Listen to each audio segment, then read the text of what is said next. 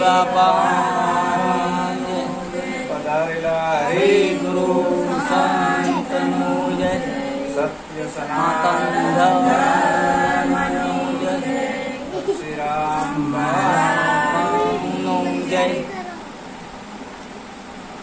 આજે આપણે બધા મળ્યા છીએ સત્યમ સોસાયટીમાં નવીનભાઈના ઘરે.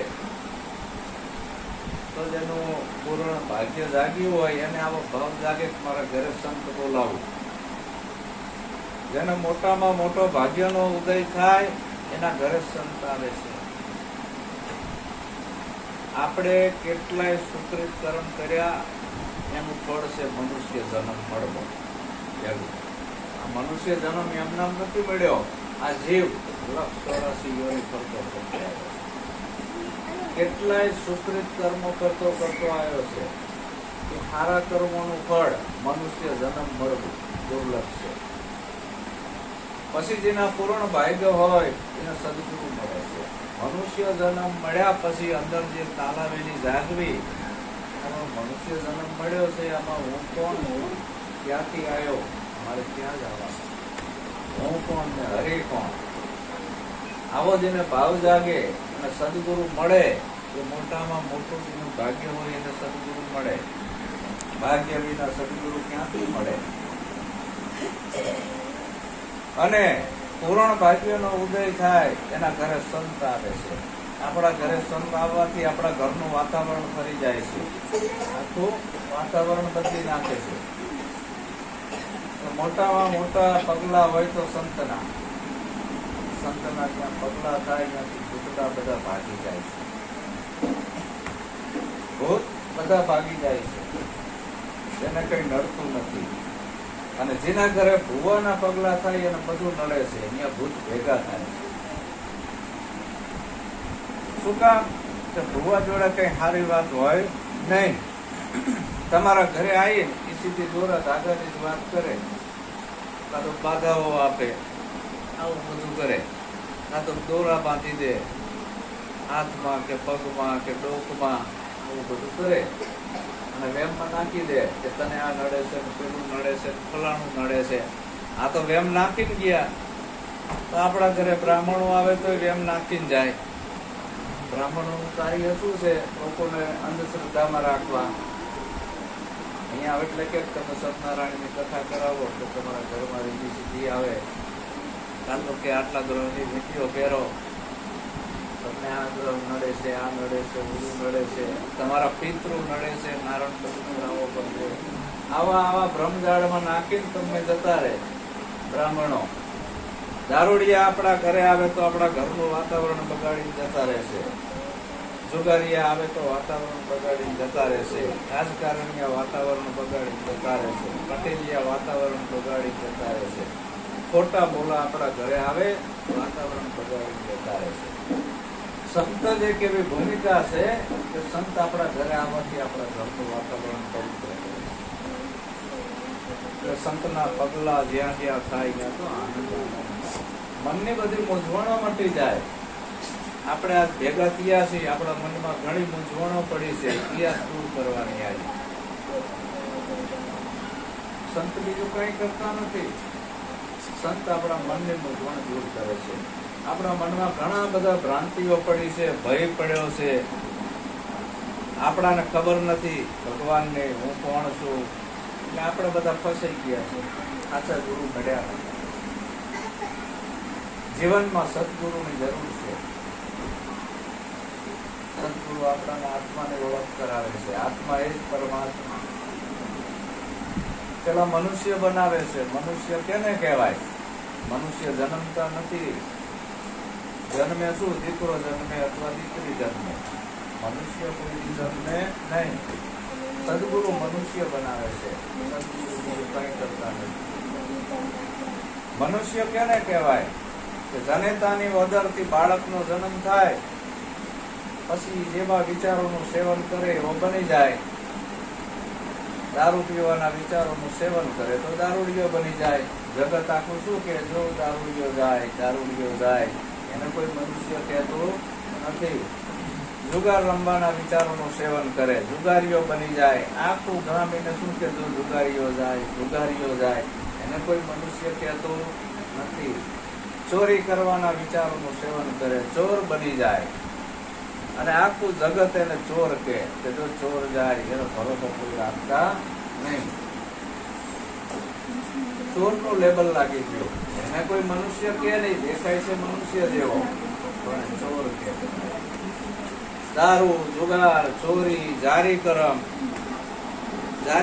કરવાના વિચારોનું સેવન કરે તો એવો બની જાય, એ હરામી બની જાય છે. એને કોઈ માણસ કહેતું નથી. જીવ ઈચ્છા, માંસાહાર, આવા વિચારોનું સેવન કરે એ એવો બની જાય છે પાપી. એને શું કહેવાય? પાપી.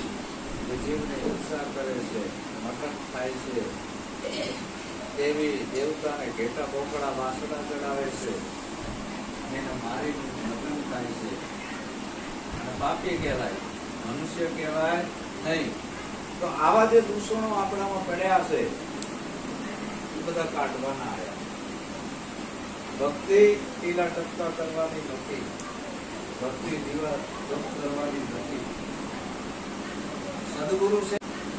સદગુરુ છે એ આપણાને સાચી ભક્તિ બતાવે છે. આપણે ભક્તિના નામે ક્યાંક બીજે બેસી ગયા છે. હમણાં અહીંથી લાખો પબ્લિક નીકળતી હતી કેલા લઈને, હાલો ડાકોર.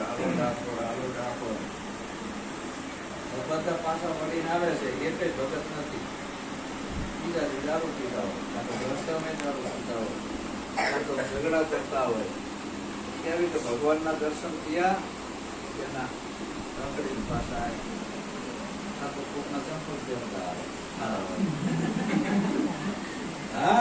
અમારે હમણાં એવું જ થયું.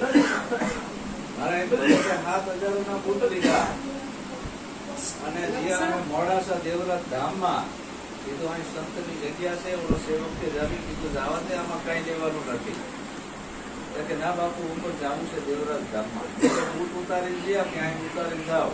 ઉપર ચડીને નીચે ઉતારે એટલે 7,000 ના બૂટ જતા રહ્યા. દેવરાજ ધામવાળાને કીધું તારો ભગવાન કેવો, અમારો બૂટ ચોરી ગયો અને આ તારી જગ્યા કેવી, ક્યાંય ચોર ભેગા કરે તો પકડાય. જો આમાં પકડીને આવ્યા ને, એટલે આવામાં ક્યાંય ભગવાન છે નહીં. મંદિરોમાં, મસ્જિદોમાં, આશ્રમોમાં ક્યાંય ભગવાન ભક્તિ નથી. ભક્તિ આપણા ઘરમાં છે, ક્યાંય જવાની જરૂર નથી. અને આ પંચશીલ નું પાલન કરે એને મનુષ્ય કહેવાય. ખાલી ગુરુ મહારાજના પગલા કરાવવાથી, પધરામણી કરાવવાથી આપણું કલ્યાણ નથી. પણ એ પધરામણી કરાવો, તમે પૂજન કરો, એના વચનમાં ના રહ્યો તો તેલ જઈ ને મહેનત બધે તેલ જઈ આપે. એટલે સંત અહીંથી તમને જે કહેવા માંગે છે એ પ્રમાણે જીવો, તમે જીવો બનાવો. આજથી આપણે દારૂ બંધ કરી દેવો. કોઈ પીતું હોય તો દારૂ નહીં પીવાનો, અને દારૂડિયાની ભયભક્તિ નહીં કરવી, જુગાર નહીં રમવો, ચોરી નહીં કરવી, જારી નહીં કરવી, જીવ ઈચ્છા અને માંસાહાર નહીં કરવી. નહીંતર કર્મ લાગે છે. અને એ કર્મના જથ્થા આપણા ઉપર ચડે છે, બોજો.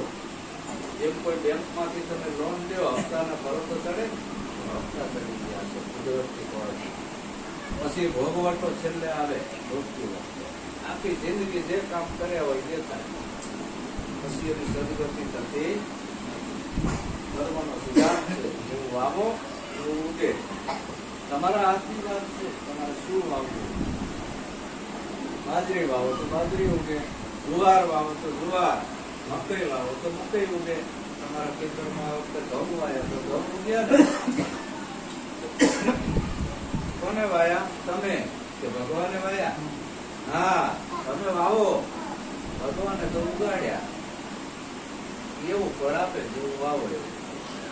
આપણે બીજ બાવળિયાના વાયા હોય તો આંખો ક્યાંથી મળે? તો ગુરુ મહારાજ કે કરો તો તમે સુખી થાવ. જીવનમાં કોઈ તકલીફ નહીં આવે. અને આ મનુષ્ય જન્મ છે એ આત્માની ઓળખ કરવા માટે આવ્યો છે. પાંચ તત્વનો દેહ, એના અંદર હું કોણ, આપણાને ભ્રાંતિઓ ગઈ ગઈ છે ઘણી બધી. તો સદગુરુ આવા ગોતો. ખાલી ગુરુ મહારાજનું પૂજન કરવાથી કોઈનું કલ્યાણ નથી થયું. હું માથે હાથ મૂકું તમારું કલ્યાણ થાય એમાંય નથી. હું મારા માથે હાથ ના ફેરવવા માંડી જાઉં, મારું કલ્યાણ થઈ જાય ને, એમ પણ કલ્યાણ થવાનું નથી. એટલે આ જીવને ખબર નથી સંતની.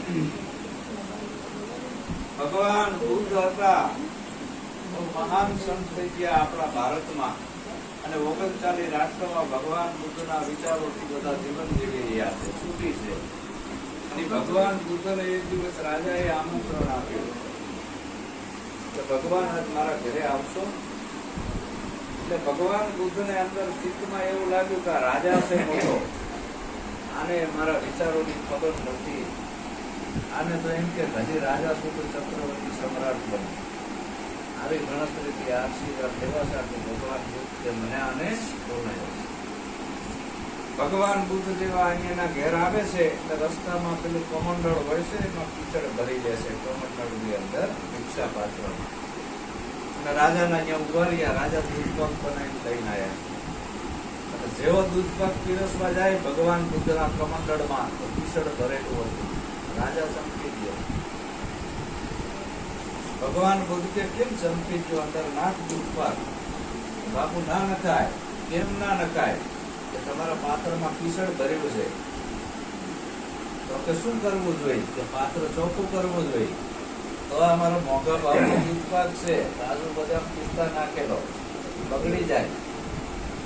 તો ભગવાન બુદ્ધ કે હું એમ જ કહેવા માંગુ છું, હે રાજા, હું જે વસ્તુ આપવા આવ્યો છું તને એ તારા દૂધપાક કરતા મોટી છે.